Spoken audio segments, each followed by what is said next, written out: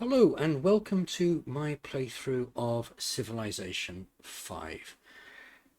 This is at the request of Finn, and it's going to be slightly different to my usual style. My usual style is I try to skip through the boring parts of the game, or the parts of the game where I'm just making repetitive decisions. But I found while making the video that basically pretty much every turn was tactical or strategic, so there's not much I'm going to be cutting out. This is going to be like a 12-hour marathon. Might be less by the time I've edited it, but it is going to be long. Civilization V came out in 2010. I've got 2,500 hours at this time. So I'm experienced, but as with all my videos, I play it for fun. If you want the expert, detailed, hardcore knowledge, there are much better ones out there. This is me playing for fun and explaining the way I play. I'm not playing on the most difficult level. I'm playing on a level which made sure I got a victory so I could demonstrate the core techniques and let other people learn in their own way. You are going to want all the DLC, and the whole bundle goes on sale regularly for like €5. So just keep an eye on the sales and get it when you can buy the whole thing for €5. Because the DLC really makes it a much more rounded game than just a vanilla game. And the only other thing I'd add is that you are going to want to install a mod called EUI. If you just Google Civ V EUI, you will find the mod. It is tricky to install. The README contains a link to a YouTube video which shows you how to do it, so I'm not going to cover that. Let's dig into the game. So setting up your game really is going to determine how your game goes. The options change gameplay dramatically. Most obviously perhaps is the type of map. That's a mostly sea-based map with islands. That's 2 continents, might have a couple of islands. Pangaea is just one big landmass. And it really is just a matter of preference. And you can get some additional maps, which I think are part of the DLC. I'm going to play on continents because that's the one most people start on. I am going to go for the standard game pace. King is 1 difficulty above the normal difficulty. And finally, your leader is a really, really, really important choice. Some civilizations are stronger than others. They all have a unique military unit, sometimes 2. So Washington of America, he gets Minutemen in the middle game of gunpowder, and then B-17s in the late game. So if you're looking for middle to late game war, that's quite effective. All land military units have +1 sight. Pretty good bonus early game. And 50% discount when purchasing tiles, which is okay. Then Harun al-Rashid of Arabia. Caravans gain 50% extended range, quite useful in the early game. And if you're looking to spread your religion, great. You get twice the oil you normally would. You get a bazaar, which gives you some, which replaces the, what does it replace? Replaces market. So it's like a market, but it's slightly better. And then you get a camel archer, which is going to be kind of early to mid-game. And there's a lot of different civilizations to pick from. Each of them have their own advantages, disadvantages. Some are great for early game. The Zulus are great for war early game, as is Genghis Khan. Genghis Khan has this massively overpowered horse archer, which there's a whole scenario with Genghis Khan where you just have to try and capture the whole world, and those horse archers just rush through everybody else. It's quite fantastic. I kind of like Rome because when you build something in the capital, you get 25% production towards it in all the other cities, and legions can build roads, which is quite a good advantage early game because you build a legionary and that can do some of the work of a worker. And then a ballista is just an upgraded catapult. However, if you're beginning, Poland is probably the most overpowered civilization of them all, and it's because of this. Receive a free social policy when you advance to the next era, and social policies are critical to gameplay. Doesn't really matter about anything else, the stable, the winged hussar. I rarely use mounted units anyway, but this free social policy is absolutely huge and makes the game so much easier. So I'm not going to play Poland because that would be too easy. Korea, if you're going for science victory, is fantastic. And who else have we got? There's a fun little challenge, Bismarck. You delete your settler and see if you can still win. Have a look for the German challenge. England's longbowman is huge in the mid-game. It's got a longer range than anything else, so you can hit the enemy cities from outside. So who shall I pick to play? So I'll go with Korea. They're good for science, and science is good for everything.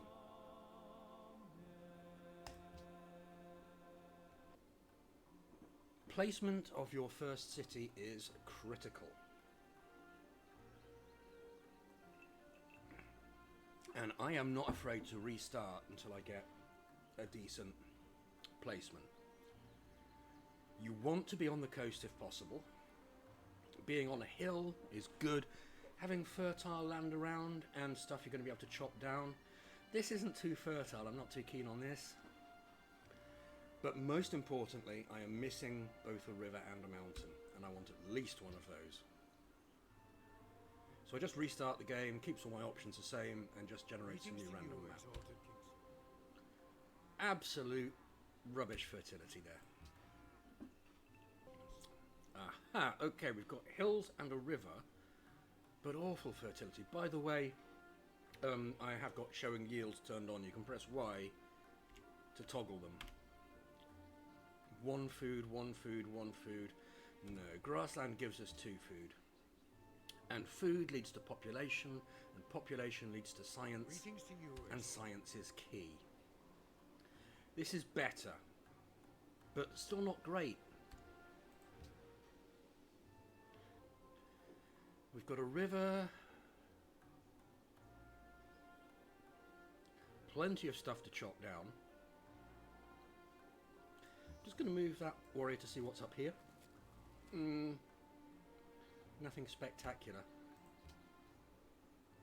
Given that this game takes hundreds of turns, I'm not afraid to grab the advantages in this kind of way.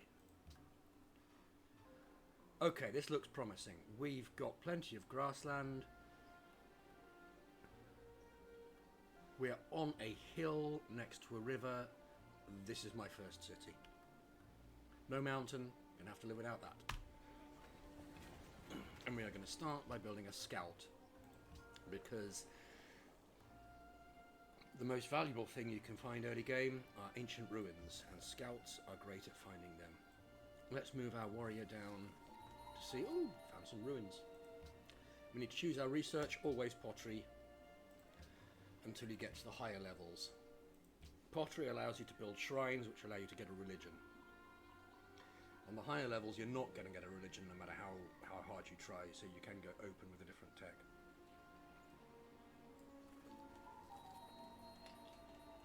Okay, so we've discovered a map, Mount Kilimanjaro. Oh, fantastic. The wonders in any given game are random. And if we get a city close enough to Kilimanjaro to work, we get 3 food and 2 culture. And anyone who goes near it gets a free unique promotion. Altitude training. Now where is it? It's down here. So, and there's some ruins next as well, and some ruins up there. So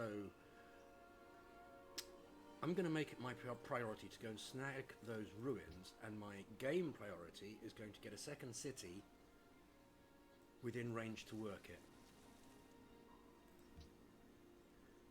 Can't build a settler right away. If I station my warrior nearby, I might be able to stop other people settling there. If I'm lucky. Barbarian camp. they will spawn barbarian units which will come and attack units and cities.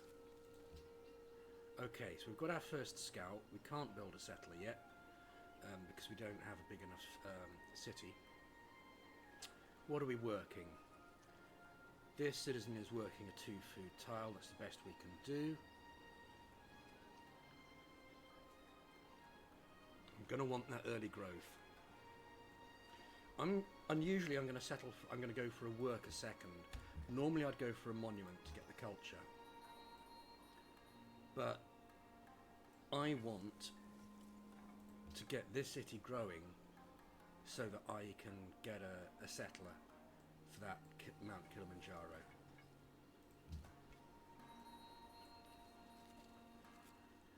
We've got 20 culture, great.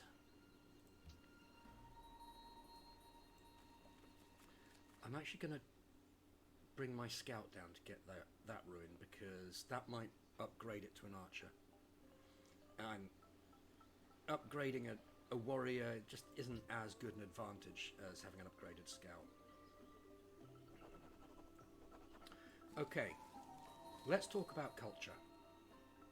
I'm getting +1 culture per turn, and when I get enough culture I can adopt a policy. And these policies change the game. Some of them are locked until later ages. So your opening choices are piety, honour, liberty and tradition. Let's work backwards. Piety, good for religion. Adopting it allows you to build shrines and temple in half the usual time. And adopting it all gets you a culture boost from holy sites. You get a discount on purchases or using faith. You get more faith. It's a pretty useless one, honestly, unless your civilization is really geared towards religion. But religion doesn't give you that much of a boost, and on deity you just take somebody else's religion. It's really not that big a deal. Honor is for combat. Adopting it tells you when barbarian camps spawn in areas you've explored. The really useful tree is here. That's just, it's faster to train melee units, but here military units gain 50% more experience from combat and earn their promotions faster. That is a fantastic bonus, especially if you're thinking of a conquest or military style game.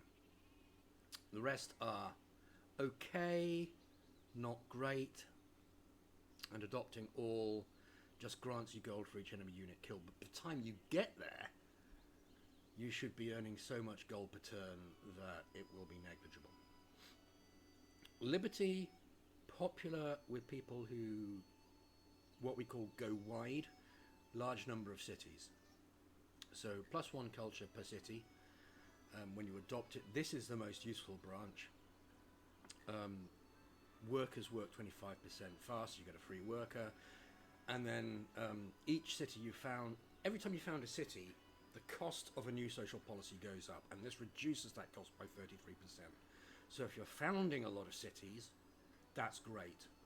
This one, I often go into the Liberty tree mid to late game if I'm doing a conquest, a domination victory, because that's +1 happiness for every city you own connected to the capital, and -5 unhappiness from citizens in non-occupied cities. So if you've got a lot of cities, that's a great bonus to happiness mid to late game. However, what most people go for, because of its advantages, is tradition. And yeah, most people play tall, which is a small number of cities at least to begin with, unless you go conquest. +3 culture in the capital. And adopting all policies will grant +15% growth and a free aqueduct in your first 4 cities. That's huge. Growth means population, population means science, and an aqueduct makes you grow faster. So adopting everything in tradition is a huge boost, but it's good on the way as well. +15% when building wonders. +1 happiness for every 10 citizens in a city isn't that great early game. It's going to take a while to get 10 citizens. But if you're building wonders, +15%, that's great. Garrisoned units cost no maintenance. Normally you have to pay like 1 or 2 gold per unit. And it strengthens a city. This is the big one. This is the big one. Free culture building in your first 4 cities. And culture buildings give you culture, which gives you social policies. So that's very nice. You don't have to bother to build a monument in your next 3 cities. I always build it in the capital, and then I get a free, not opera house, what's the next one? A free, whatever the next one is, I get a free one when I discover the tech. +1 gold, -1 on happiness, very useful when that comes along, and more growth and food in the capital. So tradition is the one that I'm going to go for. Right, this settler, I want to come down to pick up all those ruins, hoping nobody else gets them in the meantime.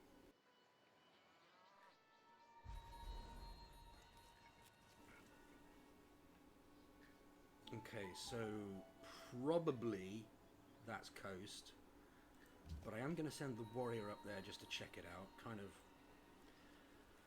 perhaps the reverse of what I should be doing. The scout was up there already, but I want to see if there's enough ruins to make it probable that that scout will get upgraded, if I can just pick him up. Go up there, what's wrong with you?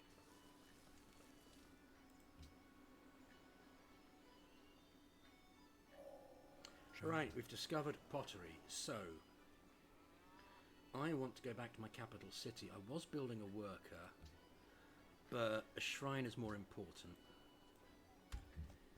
As it gets us closer to religion, we need to choose a new tech, chopping down forests and making mines. That's a good one, we've got a lot of forest to chop. First, okay, reveals the locations of nearby enemy and barbarian encampments. So there's one down there. That's the least useful of the ruins that you can get.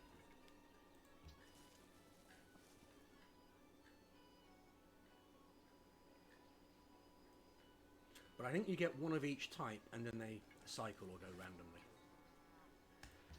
Gold. Well, I'm not going to sniff at it, but I wanted that promotion.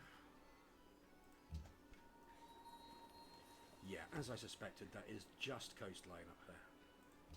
Worth exploring, see if there's whales or fish, because it might be somewhere we consider settling.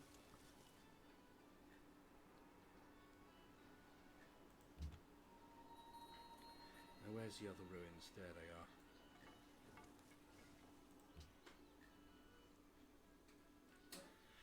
Somebody has founded a pantheon, an unknown civilization. That's the first step towards a religion. Somebody has snagged those ruins. Which means that somebody has a unit which is exploring around there as well. So I'm going to pull this warrior back to explore over here. Because getting those ruins, very valuable. I may adopt a policy. And I'm going to head down straight to... maybe... no, I'm not going to found another city for a while.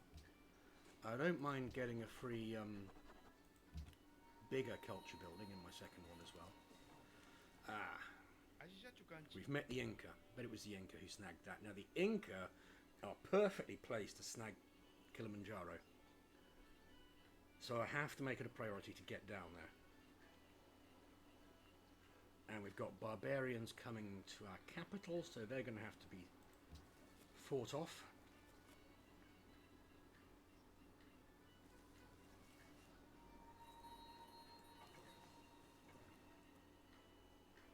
Soul may fire upon an enemy.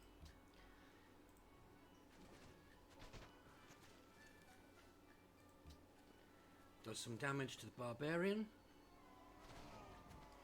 Looks like the Inca are under attack as well.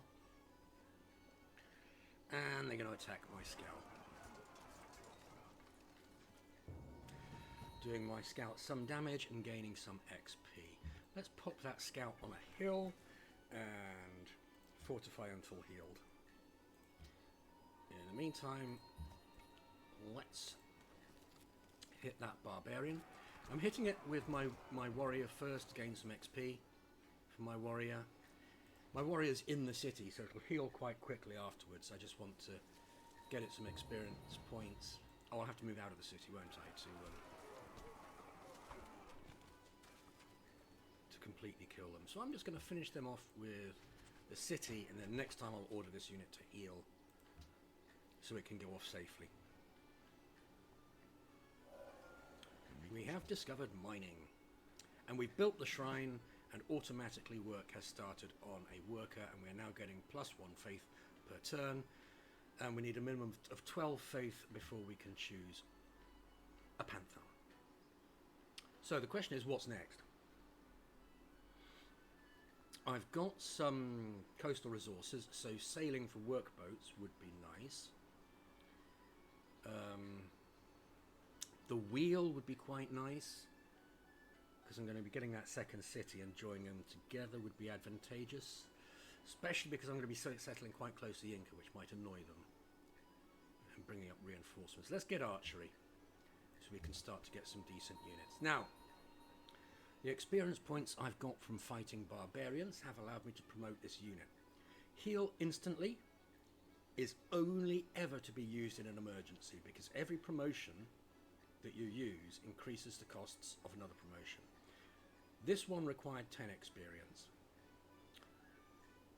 The first two choices for this unit are +15 combat in rough terrain or +15 in open terrain. No hills, forest or jungle. Look at all this forest, look at all these hills.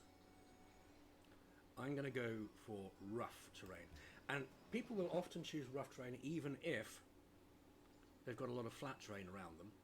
The reason being that units you're fighting against get a defensive bonus from being in forest or on hills or in jungle.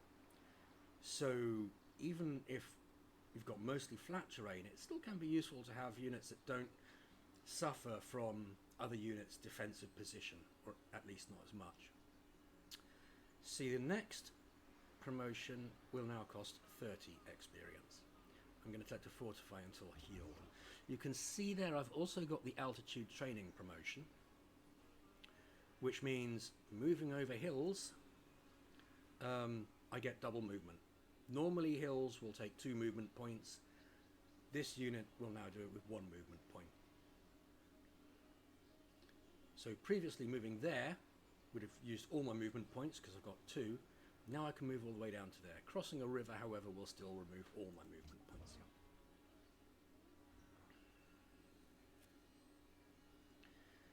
Let's just leave that one to heal. It has done now. Units heal faster in cities than they do outside of cities. And some units can heal outside of friendly territory, others cannot. This scout, I'm going to use that scout to attack, which seems counterintuitive because the scout is a lot weaker than the warrior, but that warrior is pretty weak, and it's got me close to a promotion.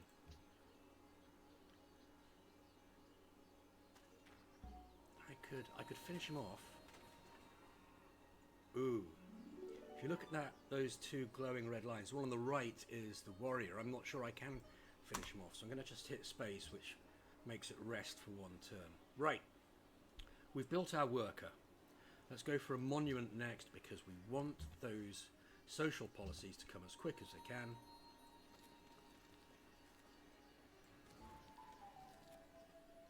And the monument will gain its culture, which will help with that. In the meantime, let's move up there and get more food. More food means more population, etc., etc., etc. Right, so the Vikings are in game.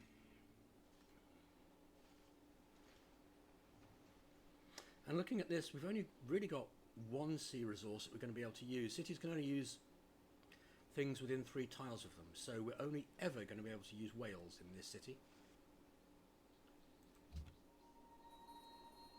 Yeah, let's take that.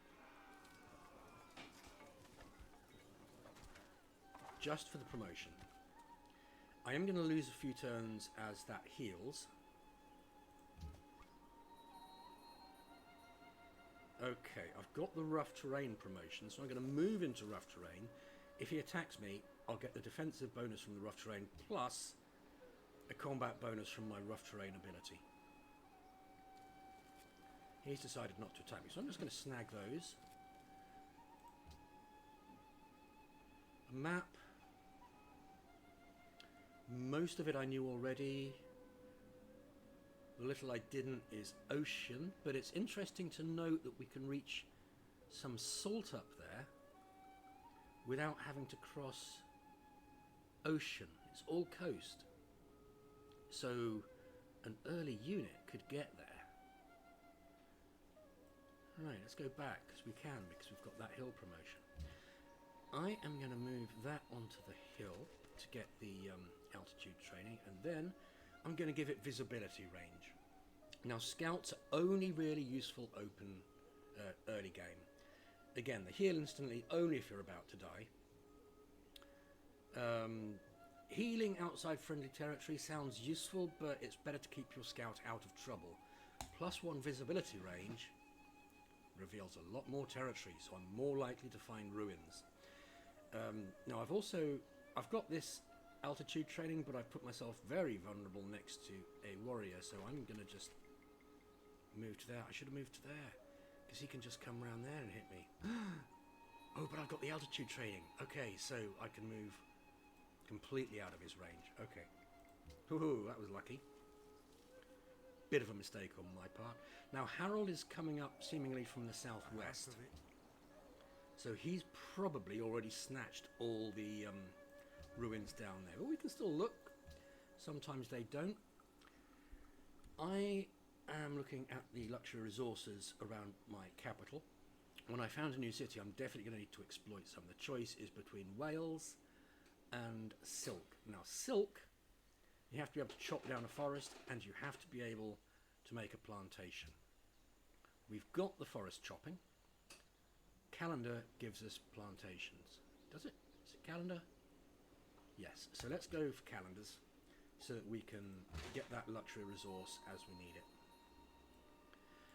I'm more bothered about getting ruins than I am about getting experience points. So I'm not going to engage that barbarian who's probably going to come over to my city. I'm going to be able to bombard him. My work is safe for now. More culture.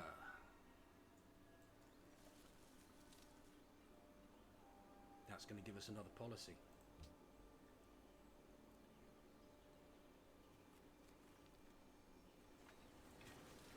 We've met our first city-state.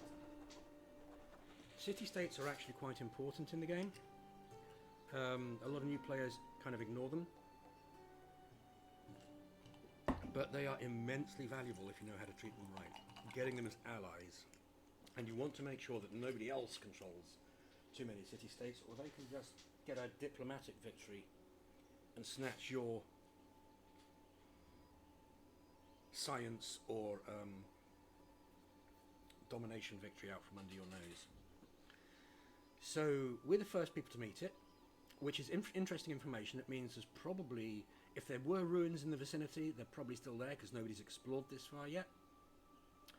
They're neutral towards us. That's bad. That's good.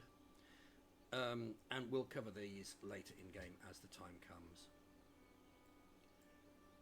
I can't move any further. Right, we need to choose production again.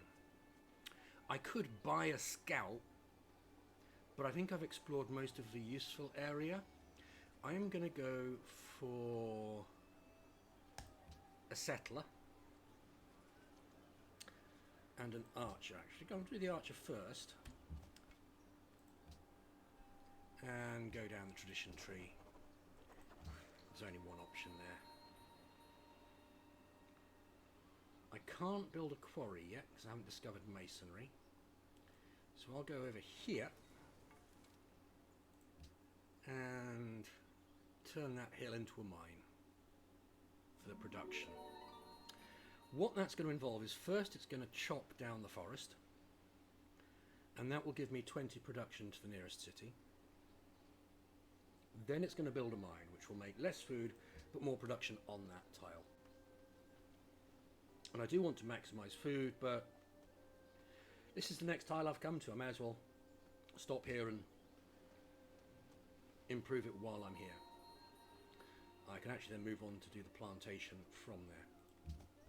I'm trespassing in Byblos, which has made them slightly angry with me.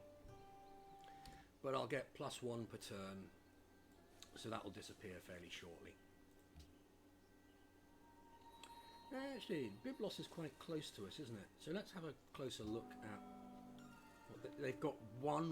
They've got one wine.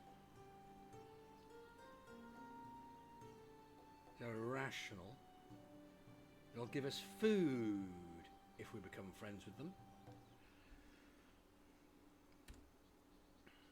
And they currently want invading barbarians to be defeated. So I'm going to park my warrior there for a bit. This camp is going to keep spawning new warrior units. Maybe archers. So, in theory, I can just keep my unit there and just keep killing the barbarians as they come down until I'm an ally. But I'm not going to weigh in immediately. I'm going to let the city-state weaken the barbarian. It's out of range now and they're no longer bothered by it, so I'll just move my warrior up there. The archer, I just pressed F to fortify it. Don't need it yet. I will need it to accompany my settler when that unit is ready. I decided to give my scout some more XP. Okay, you know what, I'll take it. That hit me for -34 points. So I could take another hit. I'm just going to press H to fortify until healed and see if that unit hits me again. This one is heading away from the city-state, so I'm just going to bring my unit down here to continue to explore. Oh, it's nearly meeting up with my scout. You never know, there might be some more ruins.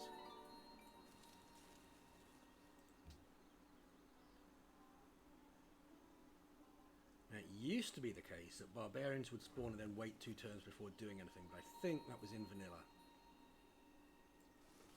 Okay, didn't want to trespass. And I've explored the extent now of this map. And I'm pretty sure that's all coast, because you can just see the edge. So we've explored now the entire western part of our continent. Ooh. Actually, let's get the archer some experience. There's no danger to our worker yet, because that can only move... The furthest that can move, the next turn is to there. Then it'd be 1 turn into there and 1 turn into there because of the rough terrain penalties. However, that fella is worrying me, so I am going to damage that one as much as I can because we've got a double threat.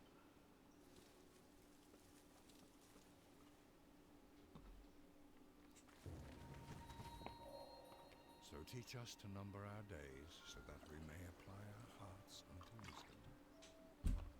Okay, we've got the calendar, which means we can build the plantation. This barbarian can it's only got 2 movement points, so it can either move there or there next turn. So, again, I'm going to just weaken that. And hopefully, if that one moves there and that one moves there, I'll be able to finish them both off and not have to move my worker, but we shall see. Okay. We've got a quarry to build, so up there. So I'm going to choose a quarry. Ooh, we can found a pantheon. Okay. Big choice. Very important choice. Because this effect lasts the rest of the game. And as you can see, there's quite a lot of options. +1 faith from tundra tiles, but we don't have any. Desert tiles we don't have. Copper, iron and salt we don't have. If you're going for combat, that's fairly useful. +30 hit point heal per turn if adjacent to a friendly city. But it's defensive combat. +1 culture from shrines. Great early game. Not so great late game when you should be getting lots and lots of culture. +1 production again. Great early game. Not so much late game. 10% faster growth rate is what I usually pick, because that lasts all game. The rest are just kind of either one-off or don't last very long, or are outpaced very quickly in the mid to late game. The one that I do pick if I've got desert is +1 faith for desert tiles. But somebody already founded a Pantheon and they must have taken that one. So I'm going to take 10% faster growth rate. That's going to last me the whole game. Because population means prizes. Going to move that one there.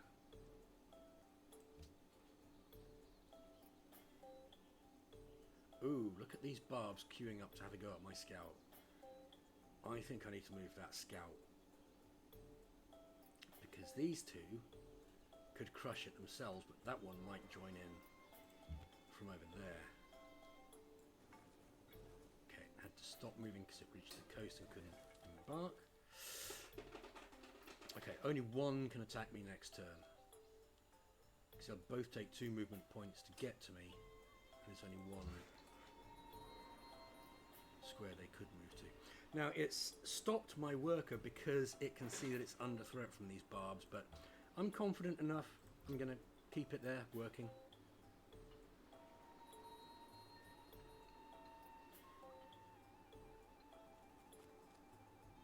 Okay, one barb has gone to attack the Inca. One has come to threaten me, but I press B. You can use that button to engage in attack mode. And I haven't managed to kill it completely. Which means I am going to have to move that scout out of danger. And I'm going to move it there so that I can start work on a plantation immediately. Just run away with that scout.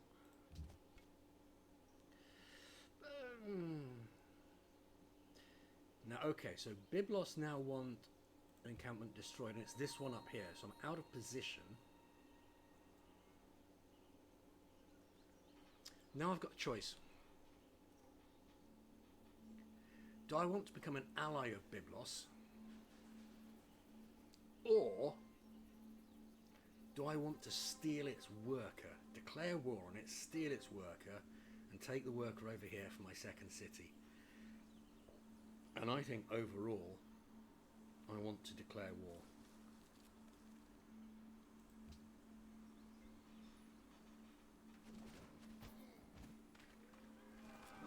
Because building workers is expensive. So if you can steal them early game, it's worth doing so. You can steal them from city-states. Oh, but they want barbarians destroyed now as well. I mean, maybe I could go and steal one from the Inca.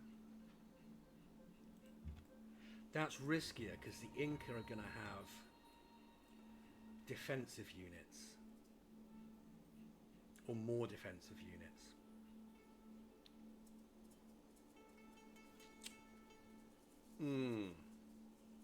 Declaring war on a neighbouring civilization early game is usually pretty fine. They normally don't have enough units to actually mobilise against you. And then they sue for peace in about 10 turns. You just accept it and it's all forgotten. So if you can nick a settler or a worker from a neighbouring civ, it's the easiest thing to do.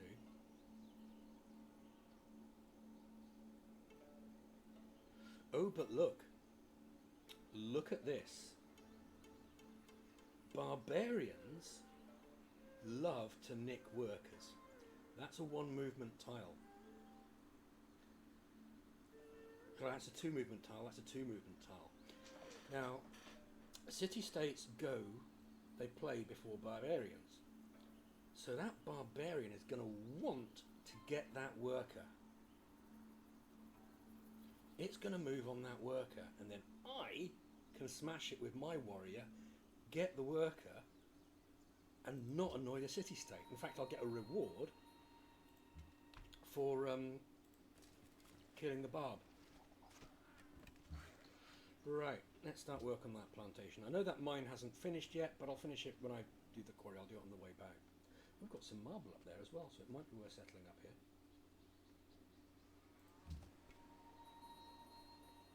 So I'm going to tell this guy to do nothing and hope that that barbarian goes for the worker instead of for me. So I press space to issue no order. Oh no! The barbarian couldn't move. I should have moved out of the way. I'm actually going to replay that.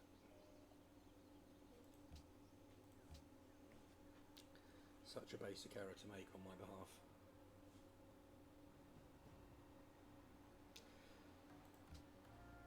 Okay, so we're going to use this archer to get rid of that barb. Start work on the plantation.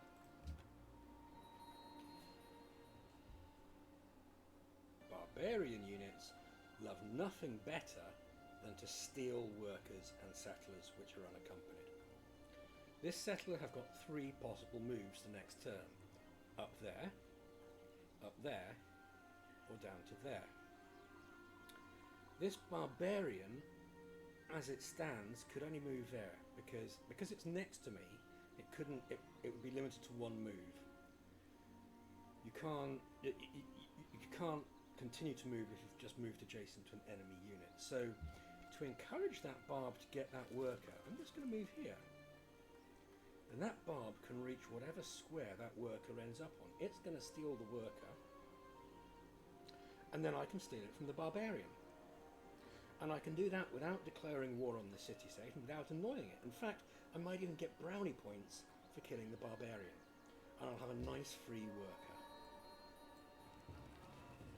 You can also steal workers pretty much cost-free from neighbouring civilizations at the start of the game.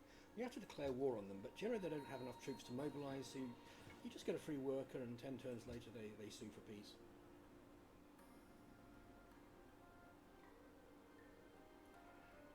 And it's always worth stealing a settler early game, even if you have to declare war on somebody. Okay, let's got this hill. We've got the altitude promoter, so it only costs us half a movement point. Gives us good visibility, so we've reached the southern part of the continent and we'll move as far away as we can on the next turn. The barbarian has taken the worker. Naughty barbarian. I will punish you for such an insidious act. Next turn, the barbarian can move here, or here, or here.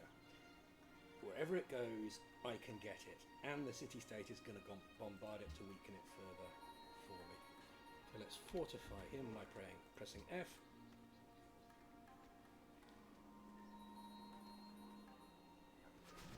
How am I looking for gold? 146. It's okay. The barbarian has crossed the river, which gives it a little bit of a defensive bonus, but meh. I'm still going to be able to take it easily because it has been so weakened. And I've got myself a free worker. And brownie points for killing an invading barbarian. I could return it. I could return the unit, but it's early game and they're so expensive to make that I'm taking it. I could then move again, but I don't want to. I want this to protect that worker. What are we building? Okay.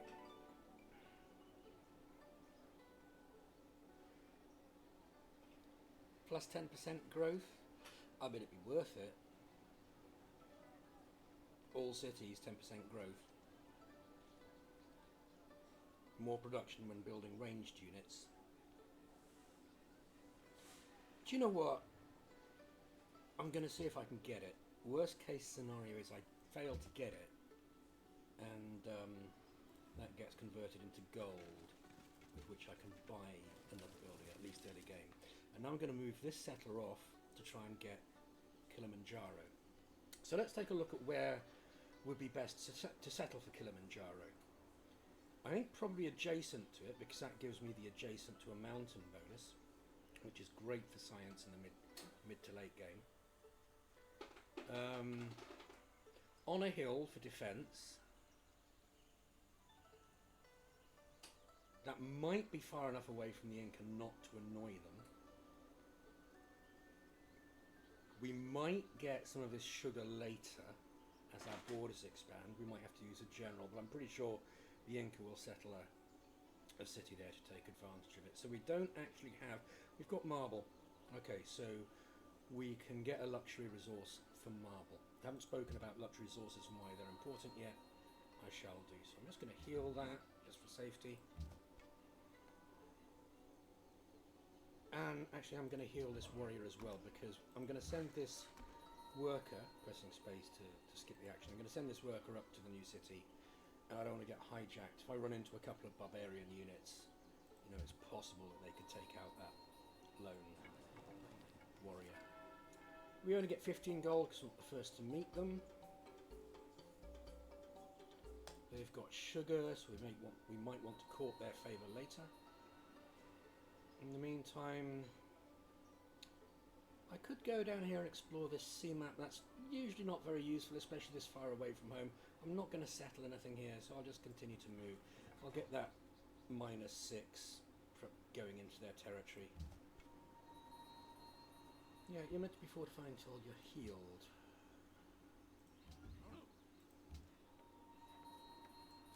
And these are moving really slowly because it's through rough terrain. And we've met an enemy. This is why you need an escort. Space for the worker, do nothing, waiting for that warrior to heal.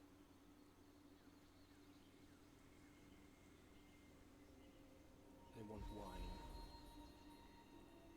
They're the only people with wine.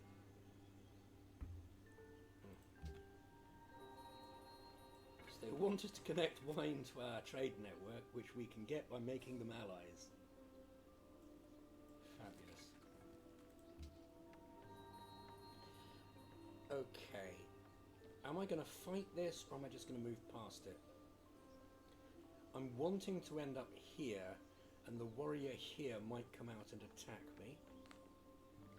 But speed is of the essence.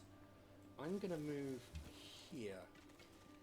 And this archer can't now see me because I'm hidden by a hill covered with trees and trees. So I'm just going to scout around it. Still no action for you, matey boy. Hello, Songhai.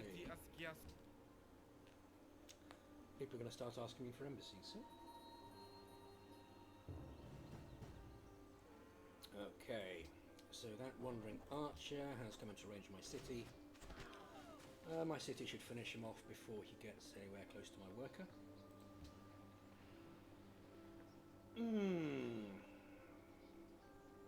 I'm tempted to wait until I found that city. Amphitheatre, so I get a free amphitheatre in it. But that delays the acquisition of aqueducts.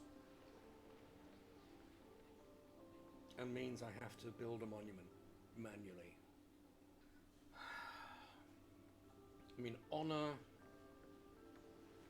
Initially, honour doesn't get you much. And you can see that the social policy now is costing 105. It is useful to get the work rate improved. Do you know what? I think I'm going to break the rules. Because I've got so much woodland that I'm going to want to chop. I'm going to break the rules. And I'm going to go Liberty. I'm going to open Liberty.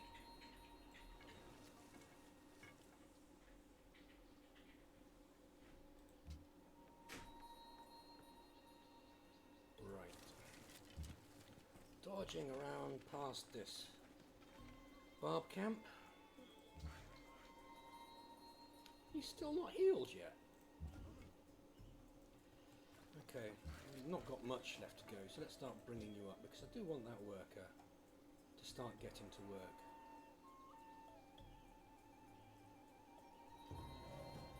How? Oh, I need to bring up my... I just like to keep an eye on what I'm working on.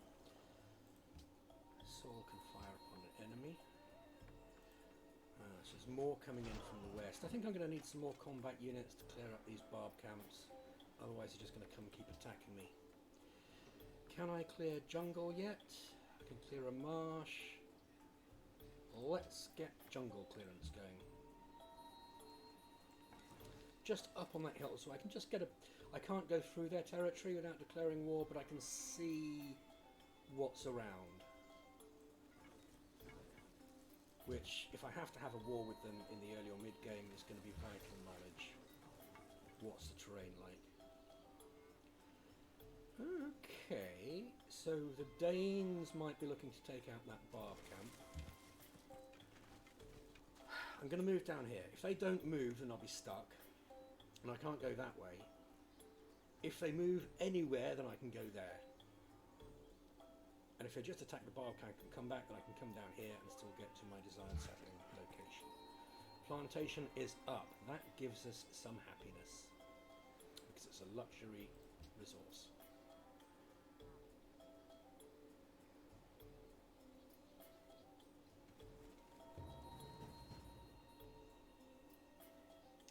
Okay.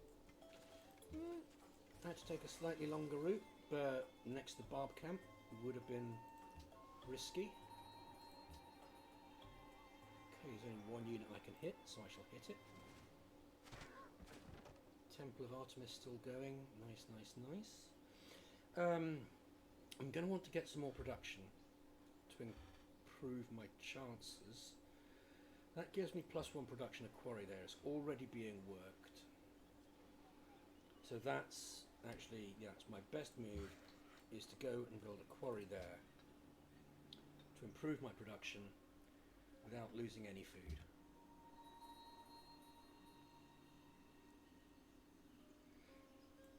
Those arrows were showing me the path of this caravan. I'm not quite sure what brought it up, but they've sent a caravan out, presumably to Fee. Real risk of barbarians hitting that at this stage in the game. Where is Kilimanjaro from there? Okay, so northeast. So I'll just keep heading in a northeasterly direction.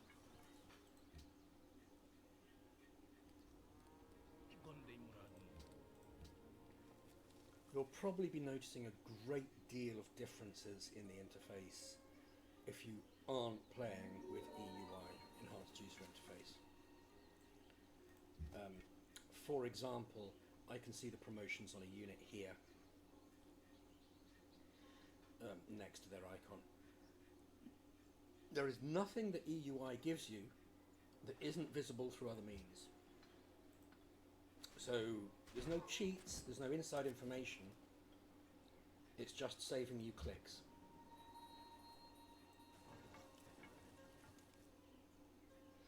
The scout should be hitting the east coast of that continent soon.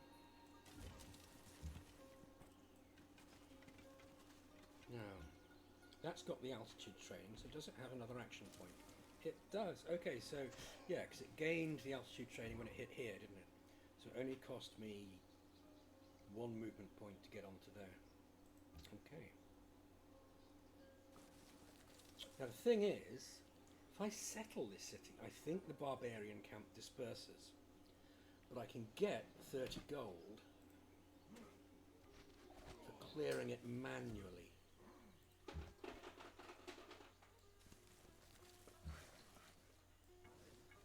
So it's only 1 turn to wait, so that's what I'm going to do. Hit the hill, and that's only cost me 1 movement point in total. Hit the hill, so I should have another movement point. Where's best to care? Right, okay, down here I can hit this hill next time and clear up a lot of that fog of war. Settle a no move this turn, if you please.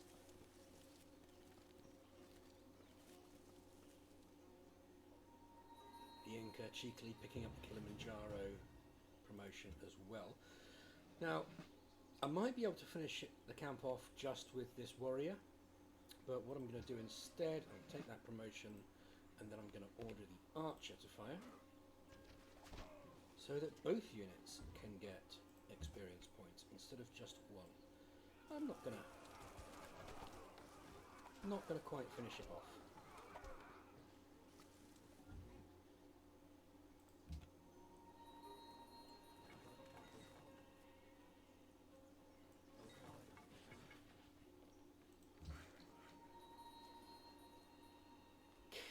I can't chop down jungle because I don't have bronze working yet. I can't make improvements because they're not in my territory. So no work for that worker this turn, and no work for that settler this turn. Space both times.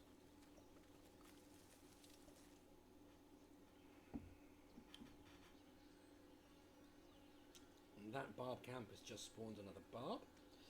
That's not going to save it. Archers get less experience points. Ranged units get less experience points for ranged attacks. They get more experience points if they're facing a melee attack, but for making a ranged attack they only get 2 XP as default. This warrior is now going to move into that camp, 25 gold, and they're going to attack me.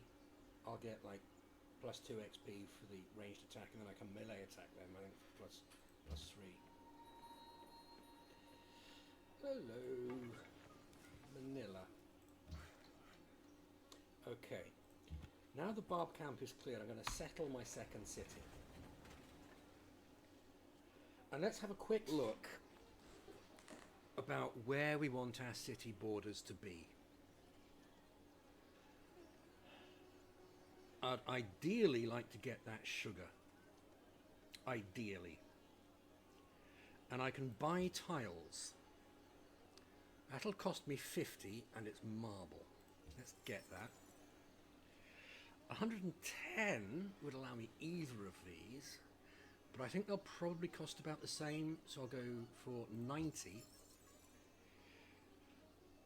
And I can't buy that tile, it's too far out.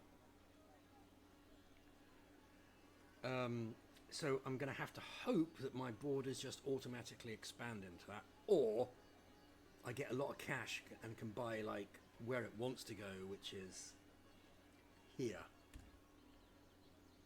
Okay, so let's weaken those guys. We need to choose our production. Monument, 20 turns. Yeah, let's do the monument. And let's chop wood to get that monument faster.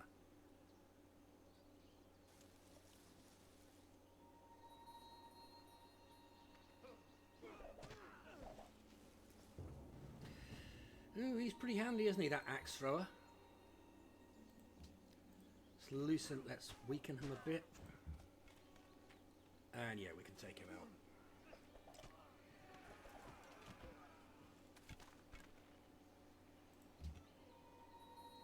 Onto the hill for better visibility. Ruins that nobody's snaffled yet. That's rare this late in the game. Let's go get them. 65 gold. Ooh, gold.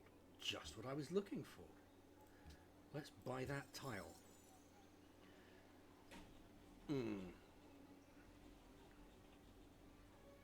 So in a couple of turns I'll be able to buy that. If I just keep buying, then maybe my city will automatically expand down into that sugar, which would be really useful. Every unique luxury resource is useful.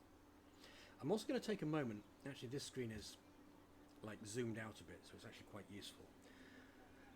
I want 3, maximum of 4 cities. Now where will the others go?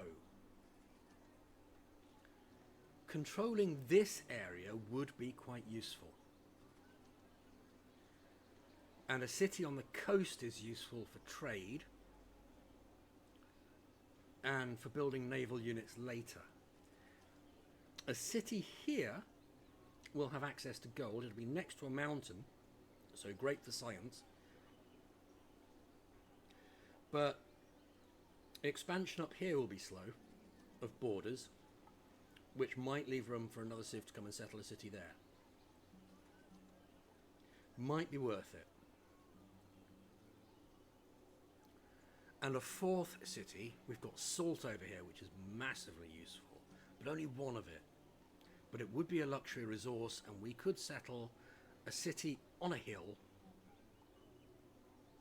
with salt as a luxury resource. Let's just go up there and see what else is around. We wouldn't get that fish. we would get these bison, which is really just food, I think. We would get silk, but only the first copy of a luxury resource counts to your happiness. The rest can be traded. Now, we're going to be very rich in silk, so a lot of people are going to want to trade with us, and we'll be using silk probably as the main luxury resource. And we're going to have 2 marble as well eventually. But if you can found a city that it can exploit a unique luxury resource itself, that's ideal. Now, Seoul is going to go 1, 2, 3 in terms of stuff it can use, but it will keep expanding slowly to a range of 5. So this will all come, assuming nobody else settles there, this will all come eventually within our borders naturally through Seoul. So that looks like a good spot to settle a 4th city, coastal, on a hill, which is good for defense, with a luxury resource. But because all the other civs are to our south or to our east, this is going to be the priority, because this is where they are going to want to settle, and we don't want them to settle too close to us. So getting another settler out there, very good plan. Okay, F to fortify that archer, because they've got nothing to do, and you can press that, or Alt-C, to chop down the forest. As you can see, it's going to take 19 turns to produce that monument, and that number is going to shrink when that forest goes down.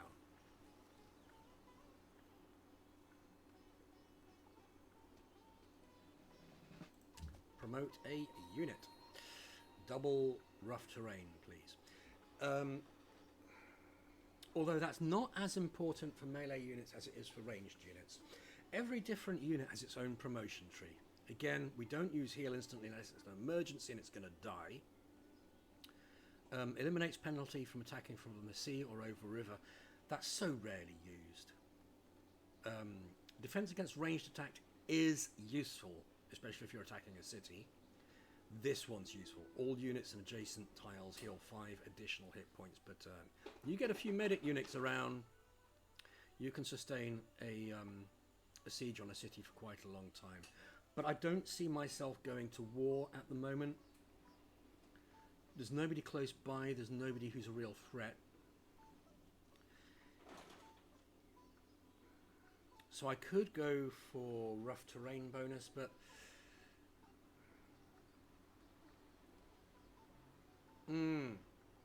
I think medic is going to actually be more useful in the long term.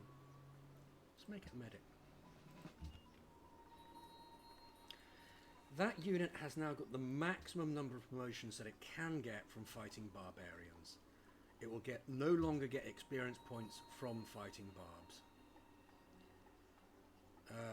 I want it to heal, because it's like really vulnerable at the moment. It will heal faster within my own borders, and even faster in a city. So I'm just going to garrison it in that that city. How are we doing down here? 18.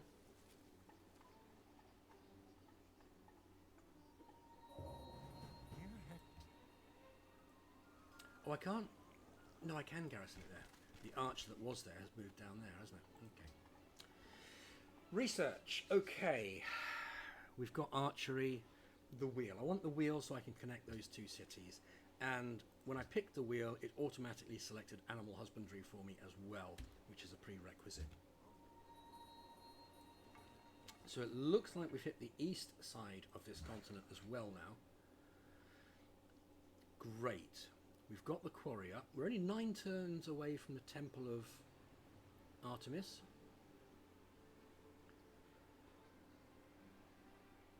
What's next for this worker? Want to avoid the barbarian.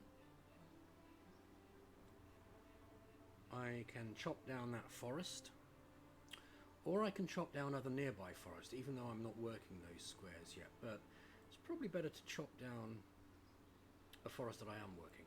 What squares are the city working? Okay, so that would be the best one to improve, because I'm already working it, but it's vulnerable to attack from the barbs until this warrior has healed. So I'm just going to move down to there.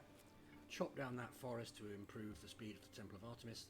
We've got 20 production for Busan, which has knocked this monument down to 7 turns. And as the turn flipped over, now 6. So I'm going to move up to that forest with an eye to chopping it down and further hastening the monument. Although we've got 10 turns, no big rush actually, so maybe I should have stayed there and created a farm.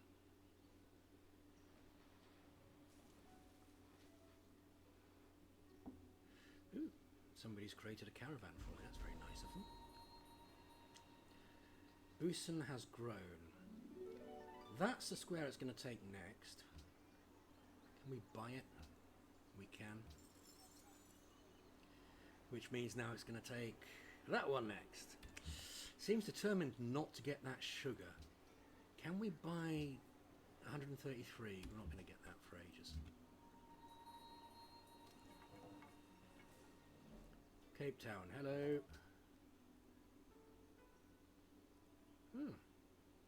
Gives +6 faith and 2 happiness if it's within your borders.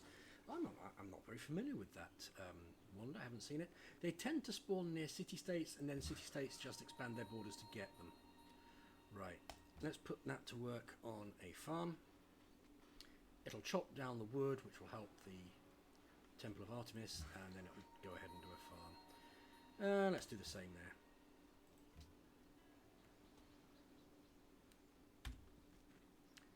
Note to self, privacy violation, privacy violation, privacy violation.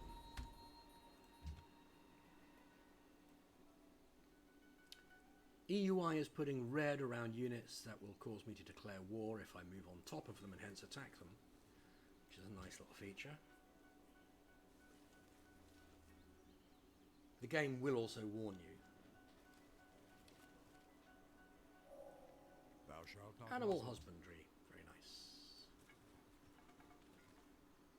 Enemy has been spotted near Seoul, but I can't attack them yet. I'm just waiting for this warrior to get better, and I can take him over there. One more turn to chop the forest.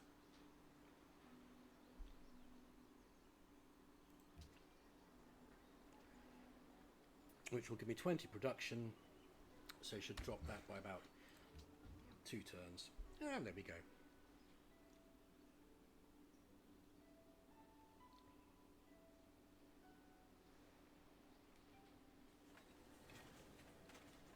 Build a farm, please.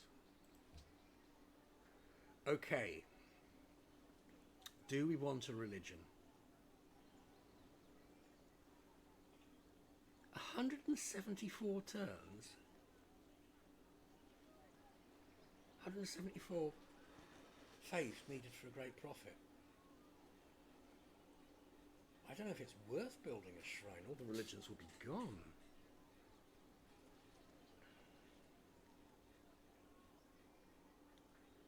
Because that's going to take, at the moment it's going to take 174 turns. If I build a shrine, it'll take half of that, so what? 80 something turns. Could have sworn it was faster than this. Let's build the shrine anyway.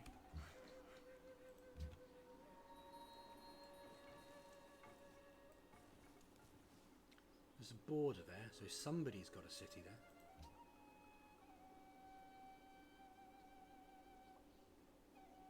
And the red showing I'll declare war if I move there. It's got to be... It's not Cape Town.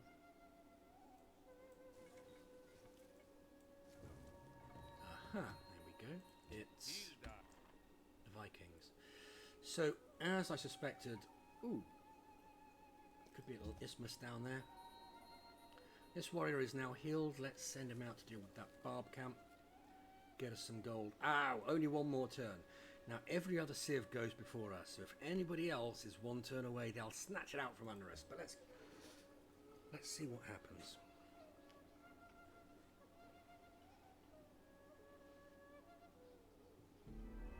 We built it. So much for its beauty that the Plus 10% growth in all cities, plus 15 production when building ranged units. It doesn't say in all cities, so I presume that's not. And let's just go and wipe out that archer.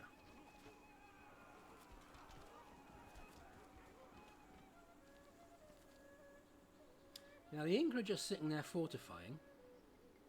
Presumably that archer's been bombarding them, and as soon as a barbarian hits an AI unit, the AI unit just sits there and fortifies until either it gets enough promotions to protect itself or it dies. Very odd behaviour. Okay, we're reaching our first difficult decision.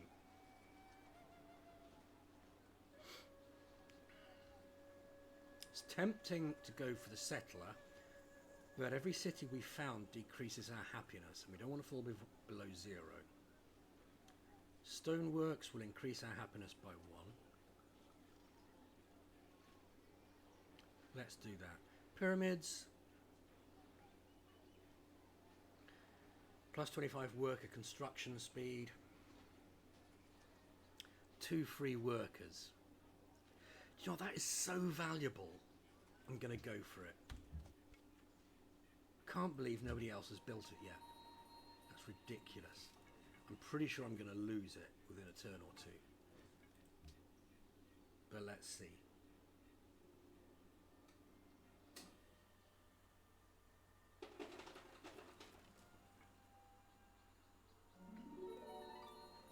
Okay, so that is just a peninsula. It's not joining anything to anything. So now we've got a pretty good idea of the shape of our entire continent. I'm just going to run the scout round it and make sure I've got as much data as I can. I've already got 2 promotions, so I don't get XP, so it'll just be gold for clearing the camp.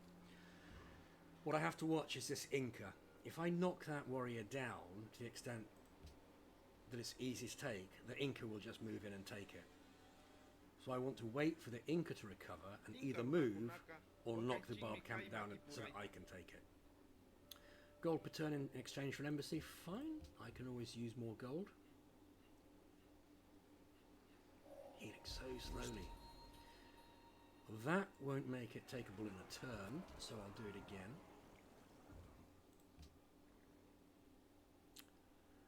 I think it's time for sailing so we can nab this luxury resource and open the possibility of our third city by those mountains.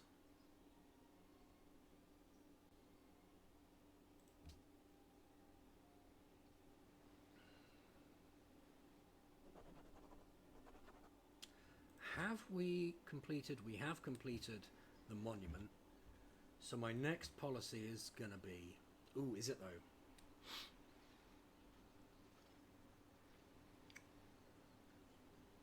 Improved worker rates, so valuable.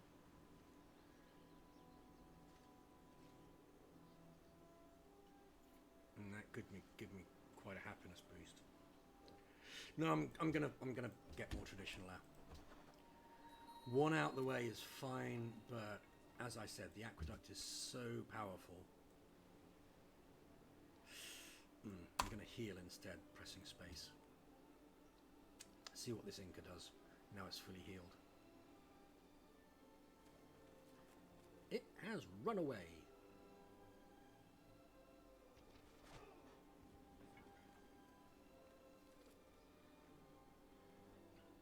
I'm going to heal again, see where that Inca goes.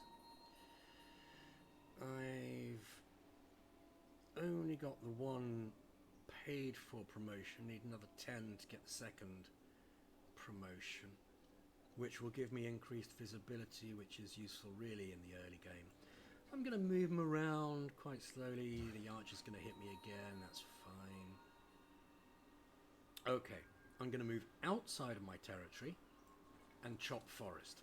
The reason I'm doing that is if I move over here, I can only chop 1 forest. Here I can chop forest all the way up to there to improve my chances of getting the pyramids. I can now build roads. So let's build a road to connect Busan to my capital. Ooh, and I've got to improve that quarry. Interestingly, we've also discovered some iron up there. Ooh, that stung. Minus 33. Iron is useful to have. It's not vital like it was in vanilla, but it is useful. Okay. I think I'm just going to move you out of harm's way to recuperate.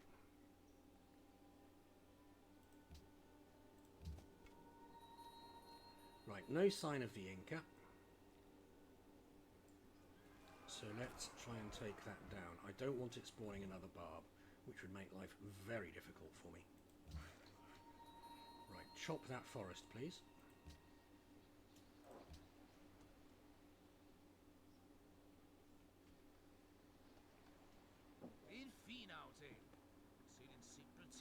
Yeah, you can pay me. Now, I was going to buy this tile, wasn't I?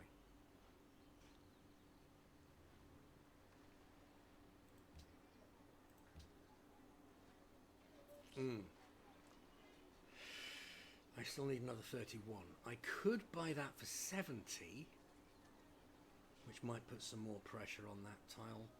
But I think the Inca are going to get it, so I'm going to wait till I've got another 31 and buy that tile and hopefully put some more pressure on that border. I'm not even sure if that's how it works. Right, not risking an attack, I'm going to let it heal.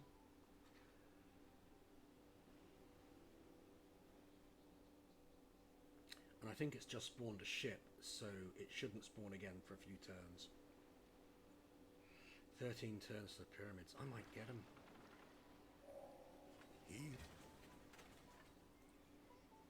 Still not a complete kill, so I shall rest again. Granary or walls? Well, I'm quite close to the Inca, so I'm going to take the defensive walls, please. Just in case they get a bit aggressive. And now we're starting to make real choices. And getting your national college up quickly is really advisable, but I want my national college in the city by the mountains, so I'm going to be building libraries first. In Deity, that's a really bad decision, I understand, but I'm not playing Deity.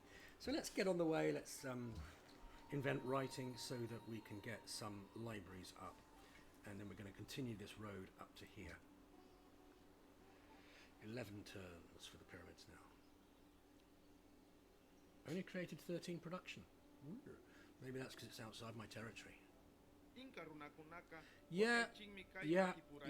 That massively reduces the risk of attack from them. Some civilizations will backstab you easily, especially Carthage. But the Inca, I think, are pretty good. They hold true to their word.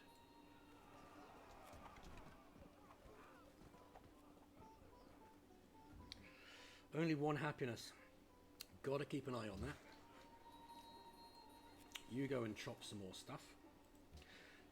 We've got marble available up here now, so this worker can actually do the marble after it clears this forest.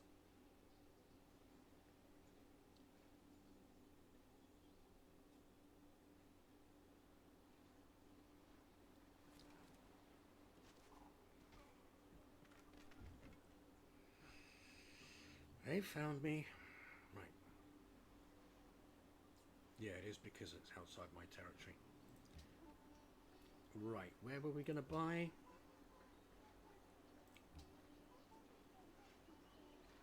There, still need another 16. So that's another 4 turns. That really weakens my warrior, but since nothing can hit back at it, that's fine. I've got 25 gold, which allows me to buy that. And the city is going to take one of these the next time. I hope it takes that, because that should increase the pressure down there. But I can also buy these two as I get the funds. Because I need those luxury resources, because my happiness is bad. And connecting these two cities by road will boost my revenue. Ooh, I forgot he's down there being attacked. Need to move him. Let's get this warrior back into my territory to heal him faster. And instead of next turn, we need to move this scout. Now, I don't want to move him anywhere where he's in range of this brute. I'm going to move him down there. Tell him to heal. This composite bowman from the city-state will engage the barbarian if it can, so that gives me a bit of extra cover.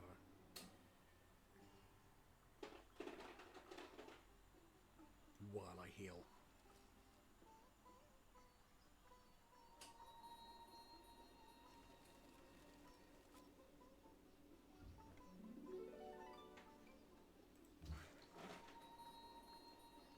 We're building road. 5 turns for the pyramids. Now 4. And that's with the clearing of the forest. Woo. And we have reached unhappiness. We've got too much population. And that delays everything. Being unhappy delays everything. I wish I'd improved that marble before building this road. I could buy a workboat, but I don't have nearly enough cash. And just, I could have pounced on those whales as a luxury resource.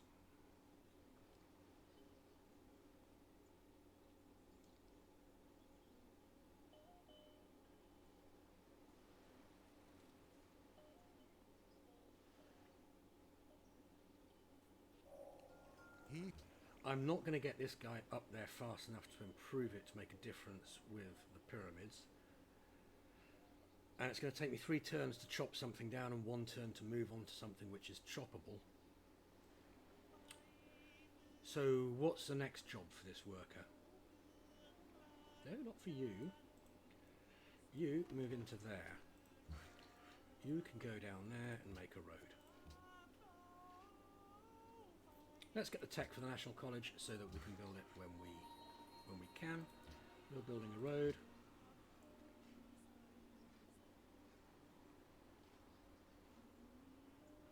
Please, please, please, please, please, let me have the pyramids, please.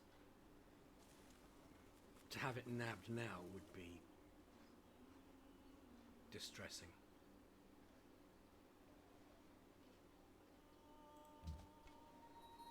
Right. I'm just going to make that fortify forever by pressing F, bring it out if we need to.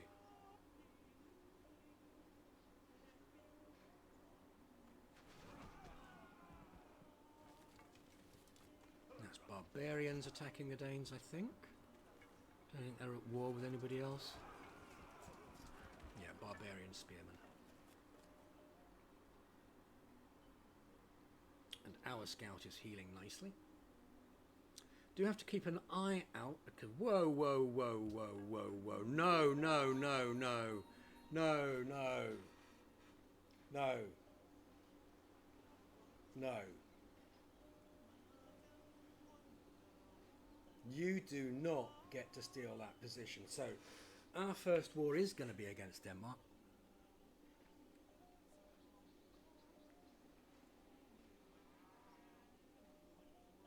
And that's going to be interesting. And we'll explore that next time.